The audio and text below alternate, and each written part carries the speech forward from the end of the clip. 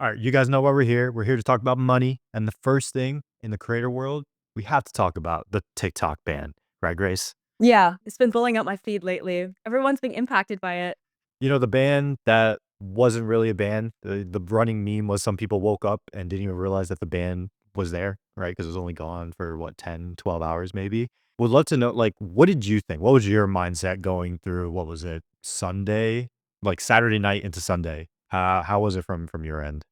So I was just like vibing. So actually, I found out because I was at a Lunar New Year dinner with my parents, and I was trying to show them a Club Penguin dance video, but I couldn't find it because TikTok was banned. That's how I knew about No it. way. My first reaction was like, I honestly think TikTok is not gonna get banned. I think it's gonna get sold to like Mr. Beast or Meta, so I wasn't that concerned about it. But it was pretty annoying how they also banned CapCut and Lemonade. But yeah, what was your initial reaction? Yeah, I think we were all just chilling, like me and Michelle were just chilling, and then all of a sudden, like our TikTok feeds just stopped refreshing, and then the little pop-up popped up. From a creator lens, I was kind of excited. I was like, "Oh, a platform that I don't have to worry about anymore." And I think a lot of creators that I talked to actually had a similar sort of mentality with it. TikTok seemed to become this place where it was like the annoying family member of the content world, where a lot of us blew up on that platform initially, but because of how fickle the algorithm was, it was kind of this annoying thing in the back end that we didn't really know how it would perform, but for most of us, it was our biggest platform, right? And so it was something that we could never get rid of, and this kind of offered the opportunity of like, "Oh, we don't have to care about TikTok anymore." But it's back, and kind of back in a weird way. We don't have to dive into that side of things, but it was kind of weird how it all kinda went down for what, 12 hours that it was gone for. Yeah, suddenly it's back, and now people are hopping to alternatives like Xiaohongshu. But what sucked the most, in my opinion, was how CapCut was also banned because I couldn't edit my videos, and Lemonade too. It's all the family of TikTok apps. Yeah, I think a lot of people were surprised about the CapCut piece of it. I don't think a lot of people realized that ByteDance also owned CapCut. I think they bought them, like, 2022 or something like that. Mhm. So, it is what it is. I think CapCut is back, or is it still it's back? I'm not sure. I never really use CapCut, but I know, again, this is kind of the weirdness of it. CapCut gets banned, and then Meta launches or announces that they're launching their CapCut competitor, right? So you all can play the conspiracy theories in the comments or whatever it may be, but it is a little weird how everything is going down. But let's talk about Red Note because I know you've been spending a lot of time over there. I honestly have no eyes in it. I was like, I'm not downloading another app. And I was like, if TikTok's getting banned, Red Note's likely going to get banned too. But how have things been over on that app? It's been great. I had so many fun experience with it. I feel like what the most, interesting thing I've noticed was I feel like it's a lot of Americans and Chinese are just vibing. They're all, like, welcoming Chinese people. Even Renault's CEO were like, "Welcome TikTok refugees," to Renault. That's so The funny. whole thing, TikTok refugees. And, yeah, a lot of people are making welcome videos in English or in Chinese with English subtitles, and a lot of TikTokers, like Americans, are making, like, I'm a TikTok refugee. I'm on Red Note. What's up? Let's connect. Um, and like and then a lot of the Americans are like, let me know if you want me to help with you with your English homework in China. And the Chinese people are like talking about their culture. And I just feel like people are like learning about each other's cultures, which is really cool. And why I'm like really excited because my ethnicity is actually Chinese and I can speak Chinese. My parents are from Taiwan, Singapore, but grew up speaking Mandarin. But I kind of lost my Mandarin over the years because I grew up in America. But I'm using this opportunity to, like, practice my Mandarin, and people are so supportive, like, just random talking head videos, they just kinda get, like, 50 comments in, like, a day, and they're like, "Your Chinese is good, welcome to China." I'm like, "Damn, this is cool." That's what type of content are you seeing on there? Because I would imagine that it's likely a similar sort of algorithm as a TikTok or whatever it may be, where if you make like I've made dummy profiles on these platforms to just see how like what videos the algorithm would promote if you're like a blank slate type of deal. Like what were some of the first videos that you saw, if you remember, back when you "Welcome when you TikTok downloaded it? refugees." That's crazy. That's so funny. Like, all the videos on my Explore page, "Welcome TikTok refugees. Here's what you need to know about Red Note," and just, like, giving some tips about it. It's really wholesome, like, I don't see any, like, negativity on there yet, maybe just my feed, but it's been cool. And that's coming from Chinese creators, Mhm. not American creators? Yeah, people from China and Americans are, like, teaching me about China, and they just kinda not know about it. So, yeah, it was really fun, and I get to practice my Mandarin, now I have excuse to practice Mandarin. Interesting. Have you seen any Chinese content while you were on TikTok? I don't Mhm. remember, at least on my For You page, I don't think I got any Chinese content on my For You page. The only ones were, like, if was following or watched an influencer that was in China, but it was never, like, a Chinese native on my For You page. Yeah, I haven't seen any on my For You page actually. I had to search to see. But when I was in Argentina, I saw Spanish videos on my For You page. So maybe So it's just I like a think it's where you proximity. go. Yeah. What is the TikTok ban? I'm curious. Like, since you built this classified media on TikTok, what does the TikTok ban mean to you and your business? So we actually had already made the shift since last December to focus more on long form anyway. So all the creators that we brought on, which we brought 3 new creators on in December, they're all focused on long form. So they since December have started to create long form content. All of those videos are in edit right now and will likely get put out either this week or next week whenever this podcast does drop on YouTube. So short form content overall was beginning to become a secondary thought for us, even though that's what got us to sort of fame and content views and things of that nature. We were focused more on long form regardless this year. I feel like long form is a trend. I feel like a lot of brands and people are investing into YouTube and the vlogging from like the 2010 days are that kind of vibes are kind of back. I think it's just more stable, at least from my Mhm. standpoint, right? From a revenue standpoint, just CPMs or RPMs are typically higher. Of course, it's a little tougher to get views on long form compared to short form, but I think the stability, especially as the algorithm, is a lot more than compared to your TikTok algorithm, especially, right? Now, the other aspect of what we were looking at from a declassified monetization strategy standpoint was affiliate marketing. So I'd become really interested in this because I'm not sure if you've noticed or paid attention at all, but since Google made their update, I want to say like 6 to 12 months ago, a lot of these blogs have just lost a ton of money. Like we're talking blogs that were making tens of thousands, if not hundreds of thousands of dollars monthly, just all their traffic gone. And that's because Google kind of updated their algorithm to instead of promote organic content, more AI sort of focused content. So my thought and theory was, well, if the Google search results are kind of becoming worse and worse, and there's still this affiliate money that's kind of out there in the world, where is that traffic going to go to? And I thought YouTube content, and especially YouTube long form content, when it comes to recommendations for things to buy and things of that nature. And the interesting part about all that is when it comes to bloggers, most of them got into blogging for a specific reason. Typically, one, because they didn't want to be in front of the camera, or two, they're like kind of this social awkward person that understands SEO, but doesn't want to get in front of the camera as well. And so I think there's going to be this content gap for affiliate focused marketing via YouTube, especially YouTube long form content.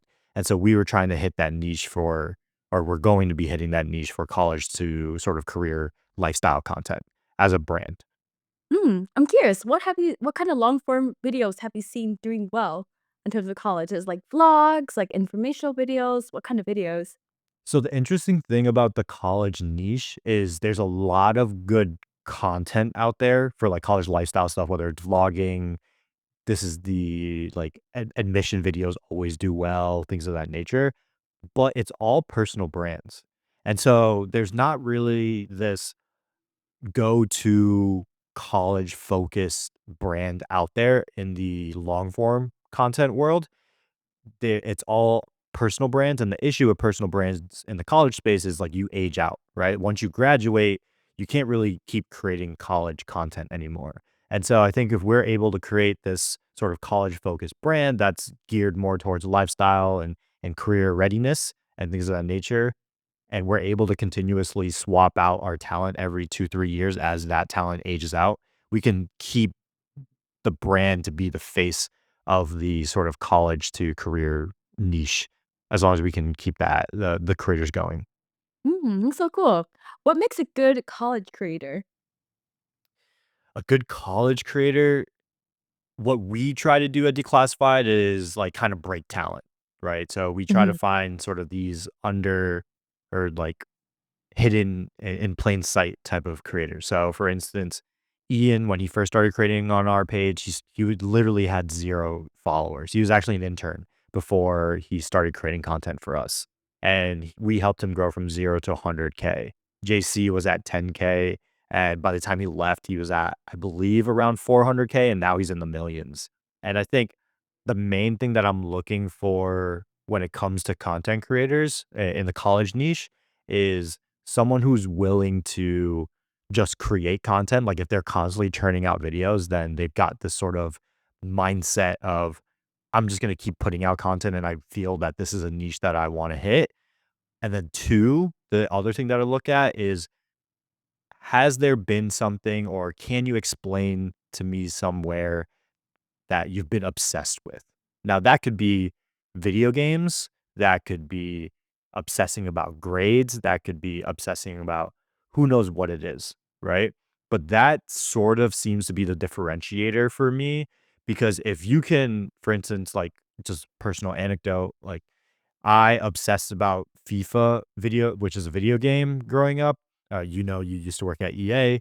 And so never had a ton of money to spend on the game. And one of the in-game mechanisms was FIFA points or FIFA coins, right? And so I didn't want to pay to get those. And so I learned how to trade. So I watched literally like economic videos of for like the stock market and things of that nature, but then transferred that back into like the FIFA version of the stock market that they had for like player values and things like that. And so trying to find people who share that same passion of whatever that hobby or niche is.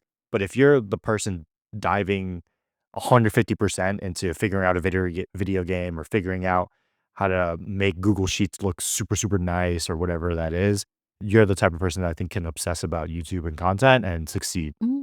That's interesting. Do you think people still have to subscribe to, like, a niche to be successful, to basically grow following on social media? No, like I think you can be the broad Mhm. entertainer, so to say. I just think it's more obtainable. It's easier to obtain and easier to monetize when you're much more niche focused at the Mhm. beginning. Yeah, that's how I started as well. I started with just, like, design and then sort of branch out into, like, lifestyle stuff. Yeah, I mean, talking about niches, can I, like, tell you about this crazy story of my friend The Tony? paints. Yes. Man, this guy, Tonester Paints, like, he's actually from Orlando. I met him, I wanna say, like, 3 years ago, and his story is absolutely insane. Like, it is the definition of COVID TikTok turning into a business and someone who's absolutely killing it right now. So his story starts around, I want to say 2020, 2021. So right as COVID is sort of hitting and TikTok obviously is popping off. And he's interning at Sherwin Williams, which is a paint company for those who don't know. And so he's interning at this paint company and he's still in school, I believe, at this time. And he starts posting on TikTok and literally the content is like guess this paint color type of stuff, but realistically just showcasing the paint world. And so he's interning there.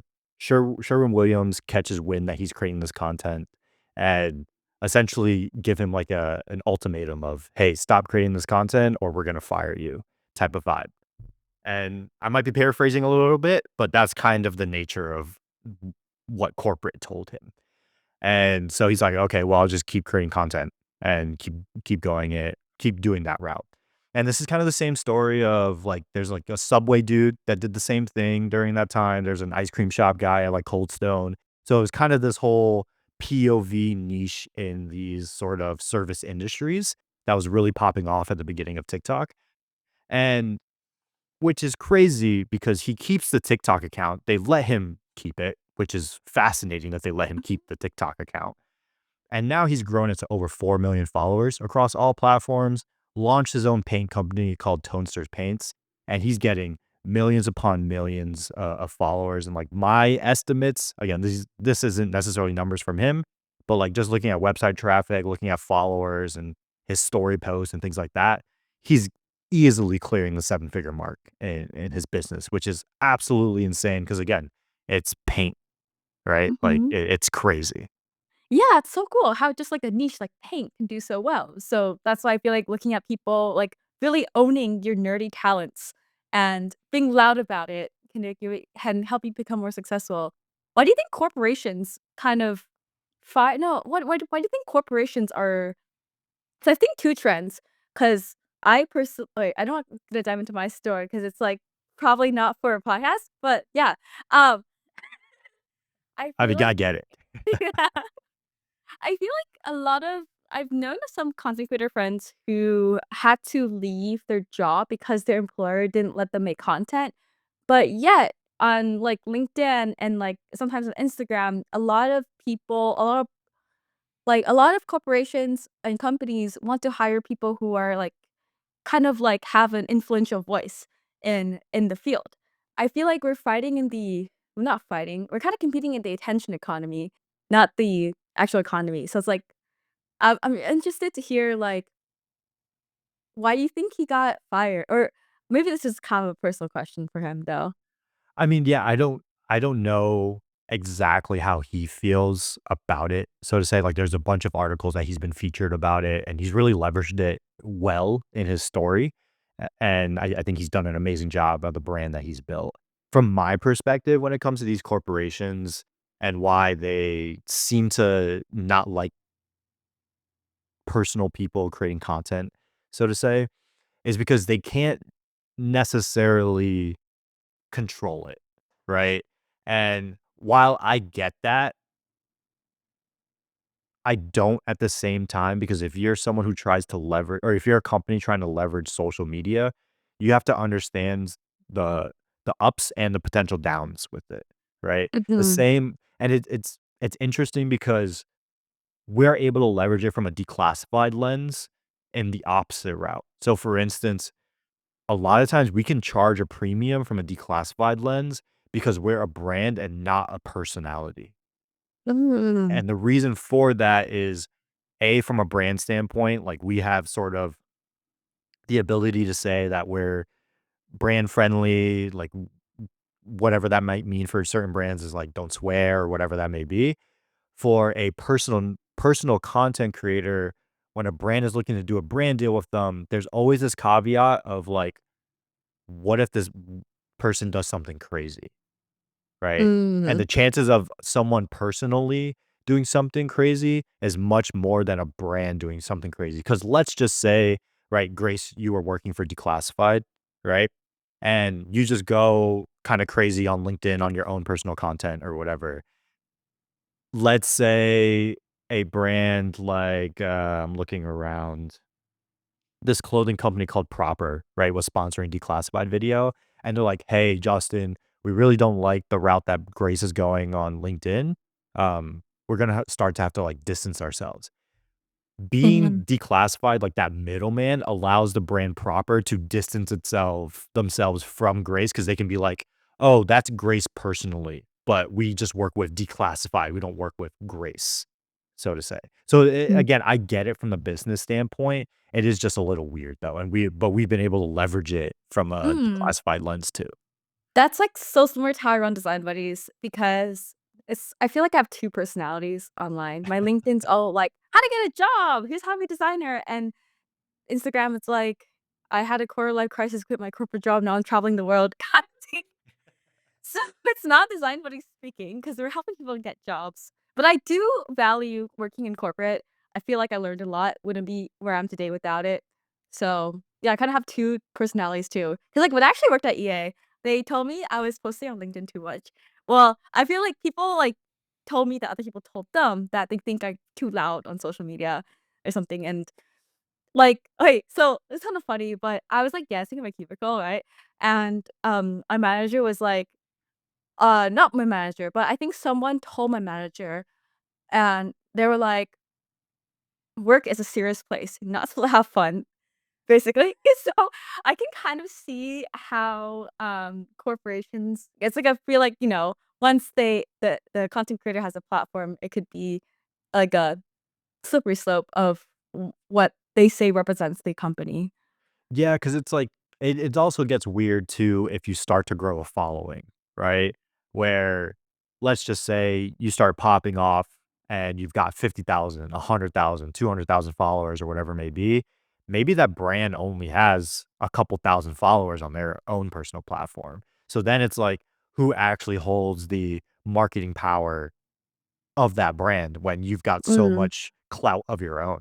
It's kinda like, again, for those who pay attention to sports, it's kinda like the LeBron James issue right now in the NBA. Like, he's kind of bigger than the league, and it seems like he can kinda do whatever he wants because he's kind of a bigger brand than the NBA at this point, which is wild to say, but it is kinda what it is right now.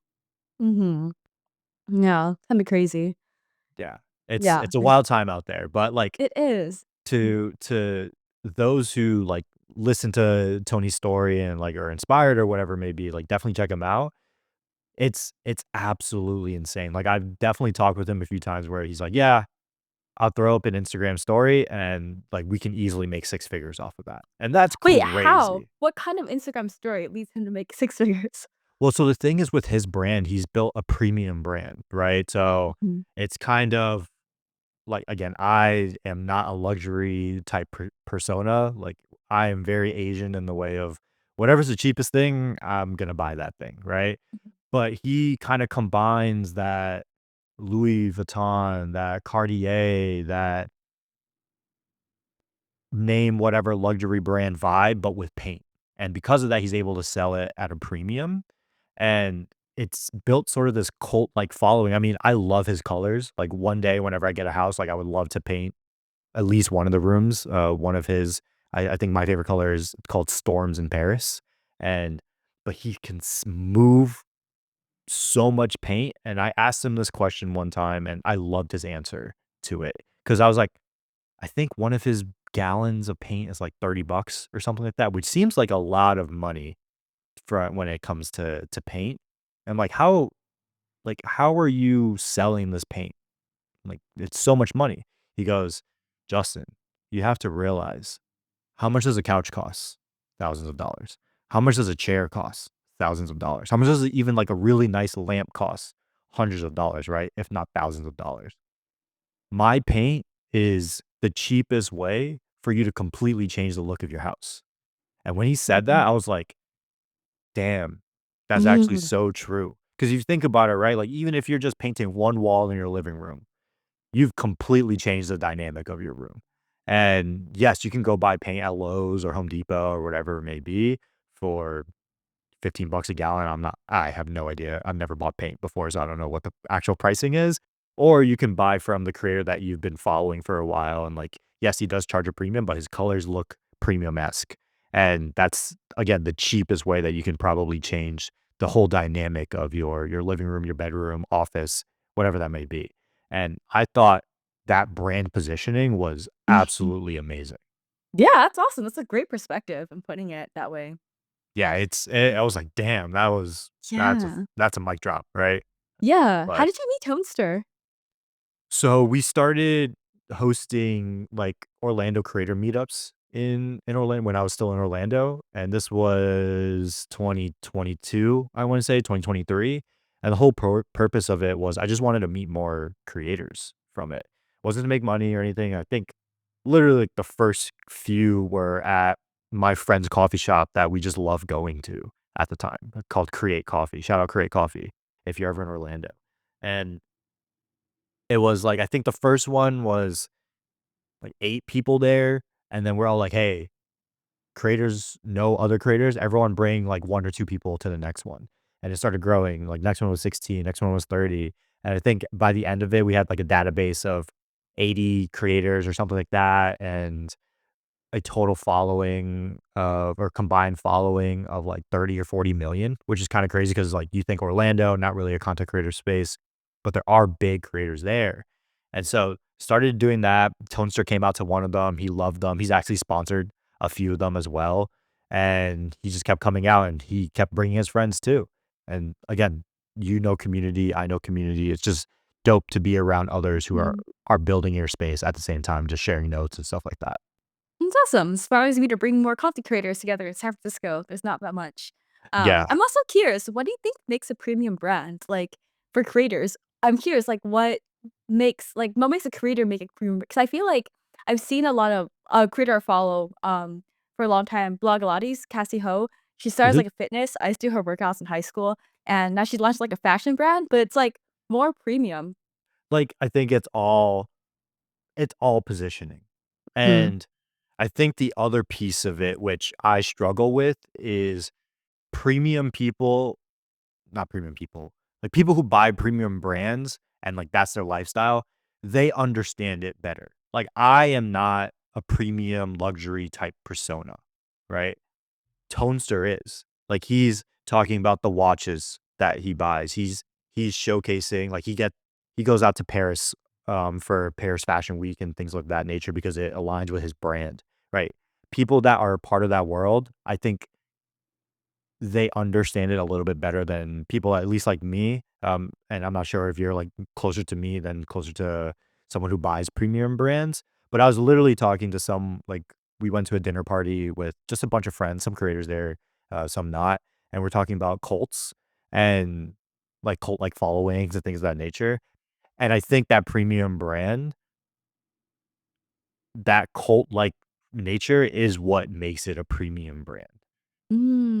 Makes sense. Yeah, Like, I'm I don't think anyone's riding and dying for Walmart, you know mhm, what I mean? yeah. Mhm. But if, like, what's it called? Hermes is dropping a new bag or whatever it may be, like that, a lot of people will ride or die for that bag. I forget which brand it is. It might be Hermes, where you have to get, like, invited to buy the bag or something like that. So there are some interesting ways that you can quote unquote make a premium brand, but I think it does Mm, come with time though. Like you can't just interesting. it's very hard to just launch the brand. Yeah, I see, build a cult following. Cause like, that's, like, my secret plan, for Design Buddies. Actually, I'm, like, more like you, like, as long as it looks cute, like, I don't care about the brand, as long as I like it, like, it looks good, I will get the clothing, or get the car, or get the house, like, I don't care what brand it is, but I can see, like, for example, Tesla, and, like, brands like, I don't know, Louis Vuitton. It's like I've noticed people want it because it's kind of like a community kind of thing, or like Aura rings, Mhm. expensive rings and stuff, which is cool. Yeah, but definitely over time, building that cult following, they all like have a sense of identity and have that brand as something that connects them together. Yeah, it's a art. Maybe we can bring on Tony one day to talk Mhm. about it. I don't understand that art at all. I don't even understand it from a consumer standpoint. Like I'm trying to think of any real luxury-esque brands that I bought. Honestly, the only thing I can think of is, like, a business class flight that I've done on points. Again, like, I don't think I would ever pay the dollar amount on those flights, but I'll do it with points because it's kinda like free money to me. Mhm. Yeah, the only premium thing are all like also paid for, like business trips and stuff, like fancy hotels. But I'm just like, I'm fine staying in like an Airbnb too. Like I like to call myself a simple person. Look, like I said, I've stayed at rooms that are 500 plus a night. It's a nice bed, but it's like, again, I don't get the nuance between the $150, $200 night hotel versus the $500, Yeah. hotel. Like, a lot of times you get less, right? Like, you have to pay more for things like breakfast or whatever that may be that sometimes is included with the quote, unquote, "lower," like, hotel. So, Yeah. it's a marketing game, right? It's a branding game, it's a positioning game. It's not my expertise, but it is fascinating to see and Mhm. hear from the people that have mastered that It art. is. Yeah, let's dive into it. Let's have Tony on one day. Yeah, for sure, for Mm. sure. I'm sure he'd love to, but talk to me you've got written down on this doc, LinkedIn shit posts. Like, Yes, kind of talk to me we're on about this that. podcast. Okay, yeah. So LinkedIn, I feel like when we were on I feel like LinkedIn like 2017 was the first run LinkedIn. I was like in college, like 2018. Um, it was like this very corporate place where everyone's like, I'm excited to announce I'm a software engineer at Google. Look at me. Thank you, everyone. I'm so cool. I'm so better than all of you plebs. I'm a thing. Um, like no, You're not this is not wrong. no one specific, but this is like student me imposter syndrome, feeling like shit, um, changing my major, like looking at LinkedIn and feeling bad about myself. That was like how I perceived it. Um, and everyone was just like so corporate, like sharing their like B2B SaaS AI stuff. I don't know. And I feel like in 2020 there was an influx of people sharing more, like, vulnerable things on LinkedIn, like, "Oh my god, I lost my job. Oh my god, I got COVID. Oh my god, someone passed away because of COVID." Because their personal lives were impacting their professional lives as they're, like, kinda stuck at home. And, like, I made my first LinkedIn post well, I posted a couple of times on LinkedIn just, like, the classic "I'm excited to announce" posts. Um but what really made me feel like LinkedIn was a safe space to post was, on our first meetup with Design Buddies, we got Zoom bombed, and it was actually full of, like, Asian hate crimes, and Asian That's hate, like, crazy. speech. Yeah, they from bombarded, like, I think they did, like, the screen takeover, they did the voice, they did the chat, and it was just a bunch of, like, hate against, like, Asians and stuff. So I wrote a LinkedIn post about it, and I just talked about how I felt, and that one went absolutely viral, and I was like, "Wow, people are so supportive." And also people also got Zoom bombed at their events, and I'm just like, "Wow, I'm not alone." Like, people do that to their events too. So I just started sharing a lot of, like, personal stuff more personal stuff, like how I was feeling, like, how I feel stressed, how I feel like imposter syndrome, and I noticed other people do the same. LinkedIn right now, so 4 years later, I feel like a lot of people don't like Elon, so I mean, I'm fine with X, but or Twitter, I don't know. I've been calling X more and more. I d I honestly haven't been on Twitter since, like, 2022, 2023, to be honest. Mm, Uh, I don't know, I never understood the platform. It was decent content, especially, like, the tech bros and stuff like that on there, but I never really stuck on it. mm. Twitter's good for tech bros, but I feel like a lot of tech bros on Twitter didn't agree with what Elon was doing, so they migrated to LinkedIn. And I feel like LinkedIn's become more like Facebook. Now they have games, they have video, they've been pushing that. They have like collaborative articles. I think LinkedIn is trying to become well, I think they are already, like a more B2B content creator platform. A lot of creators are making big money on it. There's like LinkedIn talent agencies now. Like my friend AJ runs a creator match running like B2B campaigns, so creators creating content for businesses. So these are like your design tools like Adobe or Notion or Framer, trying to get in front of more tech people, tech workers, so they could like invite their team to use it. So sign up for like more enterprise plans. But on the more exciting front, what I'm personally excited about is the ship posting. So um there's a random meme. So I have 2 friends that I think of. Ken Chang. So Ken Chang, he is this comedian from the UK, but he writes things like let me just pull up his LinkedIn. I think his pin posts, sorry for the kids in the chat. His LinkedIn tagline is literally, "I want to connect with you emotionally." And his pin post is like okay, I'm gonna read his post. This describes what I'm talking about. His post is like, quote, and I quote Ken, "I sleep with a lot of women. What do you think tends to impress them the most? My multiple is it my multiple successful companies, my vast wealth, or purple skin? No, it's my score on LinkedIn games." That's again, like, that is not what would have been on the platform in 20 what, 18, 2019, Yeah. right? Which is it's fascinating to see the change of platform, the change of algorithm, however you wanna call it, right? I'm not sure where LinkedIn's gonna go with it, because as funny as that post is, I'm like, "Why does that hit on LinkedIn?" You know what I mean? Like, it shouldn't, right? With just the nature of what LinkedIn is, quote, unquote, "supposed to be." But it is fascinating to see what's gonna happen with it all. I think what has happened with LinkedIn overall is, like, when we were first getting started, I think there's a lot of support there. If you remember correctly, if I remember correctly, and maybe you can confirm this as well, there wasn't a lot of hate on LinkedIn, like, at all. Mhm. And I think the reason for that, right, was LinkedIn was very like, there was no anonymity on LinkedIn. Everything Yes. was tied to your actual professional work history, and so kinda to the point that we are talking about earlier with, like, Tonester and corporate, content creation and things of that nature, nobody really wanted to create stuff like this because they there was potential blowback to their corporate career, right? Someone could screenshot it, send it to your boss, you get fired. I mean, you still kinda even see that today with some stuff on LinkedIn. Like, I've definitely seen some posts where people have been called out about a comment that they've made, and then they get fired from it or whatever it may be, right? I think what has changed the most, and I think this started off on X, Twitter specifically, was like 2021, 2022, kinda during COVID, so to say. I feel like this was the rise of CEO content.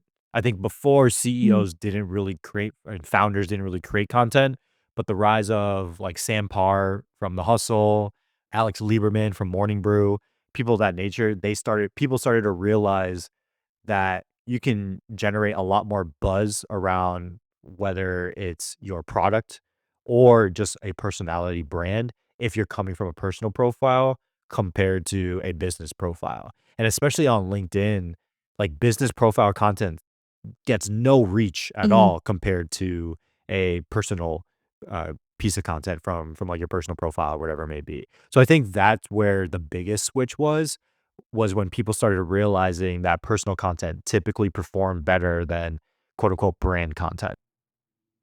Yeah, I agree. Like, I feel like I've seen more CEOs post like "day in my life," or just like industry trends because we're in the attention economy now. It's not about how good your product is; it's about distribution. So I think building distribution first is key. But I also feel like LinkedIn. I feel like people in general like the vibe change as more like Gen Z, more like young folks who are. I'm like speaking on behalf as an older Gen Z, but I am in support of this. Is like a lot of companies, a lot of Gen Zs people, not just Gen Z, but like millennials and like older people too, but they're more like vocal about how they feel. They're more like they will tell you that this sucks. Like they're more like not afraid to show their emotions. And I feel like for many years in the corporate world has always been like hustle culture. Like you can't talk about mental health.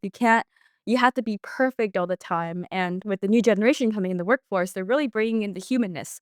And I think that's also why people have been more vulnerable on LinkedIn too. Yeah, I agree. I think the vulnerability really peaked during sort of 2020, 2021, when again, kind of like everything was happening in the world. Honestly, looking back, like 2020 to 2023, it was like a fever dream, if we're being honest. But when it comes to LinkedIn, it is interesting to see how the platform has transformed because I'm not sure if you knew this or not, but pretty sure in 2018, like pre-2018, pre-2019, there was in the sort of policy, like privacy policy for LinkedIn or whatever you wanna call it, whatever that form is, terms and conditions that you have to click to use the platform, where you couldn't like, it was illegal to do a brand deal on the platform. Oh, okay. Like, I think it literally said that ads, like, from a personal profile were not legal to do on LinkedIn. I haven't checked to see if they've removed that or not, but it's been fascinating to see and, like, keep an eye on, oh, the platform's mentality has completely changed from what it was back in the day. Mm. Yeah, I feel like LinkedIn's pivoting a little bit too into more creator friendly. Like they have videos and videos are getting pushed. Like my video last Friday broke 1.5 million views, Wow. and What I've was the video only on? done it was 7 steps I did to land a UX design job at EA. So there That makes you go. sense. That makes Yeah. sense. That tracks. And my resume templates broke like 1K plus likes and like 200K views. It's kind of crazy. But I feel like LinkedIn is really pushing the videos and the LinkedIn Lives and making everyone create content for them.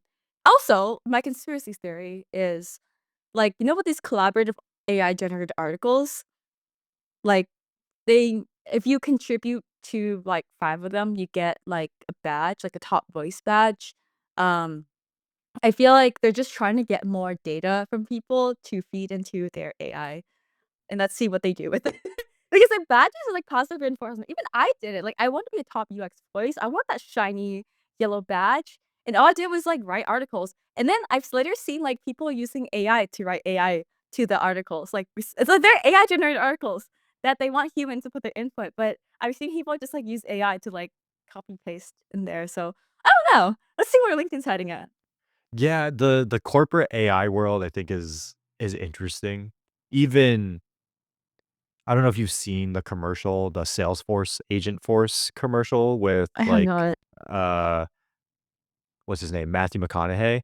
Like, it's basically just him talking about how Salesforce has this thing called Agent Force now, I guess, that booked him the wrong reservation, and now he's, like, sitting in the rain, eh, and instead of being undercover, like, in a restaurant or whatever for his food, and I'm like, "There's no one in this audience that's watching this commercial that really even understands what this is like, what's even going on in this commercial when it comes to agents. Like, we've talked about agents, right? Like, a little bit where we have 0 idea how to it actually works. Like, we kinda comprehend the concept of it, but, like, setting something up or whatever it may be makes no sense to to us. So, I think this whole AI LinkedIn article thing is probably just something to attach AI to what LinkedIn is doing anyway. I'm really interested to see why they're pushing all of this video content on their platform and, like, just becoming more and more content focused. I understand it from a TikTok standpoint, from a shorts standpoint, from a real standpoint, right? Like, all those platforms, their moneymaker is literally because they're able to throw ads in front of a piece of content, and just the new popping content is short form. When it comes to LinkedIn, the way that they make money is enterprise SaaS subscription, right? And Mhm, recruiting. Video has nothing to do with any of those things. And if you're thinking about, or if you think about it from a ad standpoint, right? The ads that are run on LinkedIn, everyone that I've talked to, and we're talking about like banner ads, not like creator paid ads or whatever here, but if you're paying the same way that a meta ad is and that pops up on your feed or whatever it may be. Typically what I've heard with LinkedIn is like they're super expensive, mhm, right?